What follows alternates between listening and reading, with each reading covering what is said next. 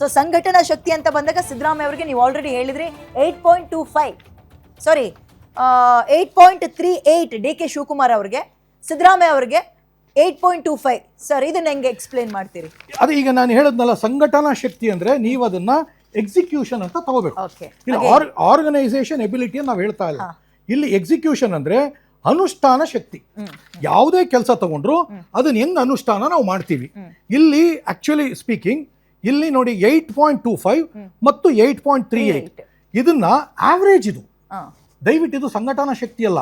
ಆ ಎಲ್ಲಾ 4 attitude, aptitude, communication, execution, ಈ 4 ಪಿಲ್ಲರ್ಗಳನ್ನ ಒಟ್ಟಾರೆ ಸರಾಸರಿ ಏನಿದೆ 8.25 ಮತ್ತು 8.38. ಇದು ಸಂಘಟನೆ ಅಲ್ಲ, ಒಟ್ಟಾರೆ ಶಕ್ತಿ.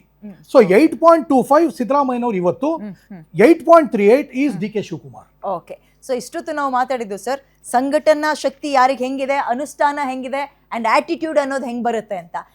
ಒಂದ್ ಚಿಕ್ಕ ಬ್ರೇಕ್ ತಗೊಳ್ಳೋಣ ಸರ್. ಬ್ರೇಕ್ ಆದ್ಮೇಲೆ ತಂತ್ರಗಾರಿಕೆಯಲ್ಲಿ ಯಾರ್ಯಾರು ಹೆಂಗಿದ್ದಾರೆ ನೋಡೋಣ, ಅಂದ್ರೆ ಸ್ಟ್ರಾಟಜಿ ಮಾಡೋದ್ರಲ್ಲಿ ಅಲ್ವಾ?